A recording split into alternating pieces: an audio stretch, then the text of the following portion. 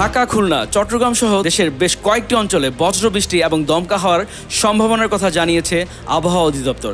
রোববার দুপুর 1টা পর্যন্ত দেশের অভ্যন্তরীণ নদীবন্দরগুলোর জন্য আবহাওয়া পূর্বাভাসে এ তথ্য জানানো হয়েছে।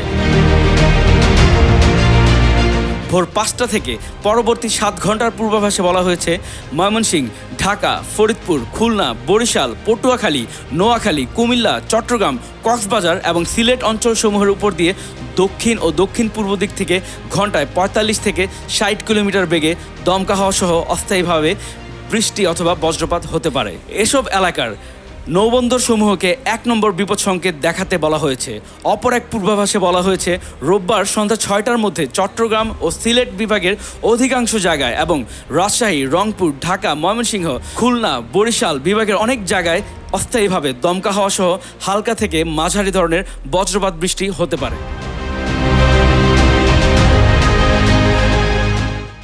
সেই সঙ্গে সারা দেশের কোথাও কোথাও মাঝারি ধরনের ভারী থেকে ভারী বর্ষণ হতে পারে। এছাড়া সারা দেশের দিনের তাপমাত্রা 1 থেকে 2 ডিগ্রি সেলসিয়াস কমতে পারে এবং রাতের তাপমাত্রা সামান্য কমতে পারে। সাগর খান, নিউজ 21 নিউজ ডেস্ক।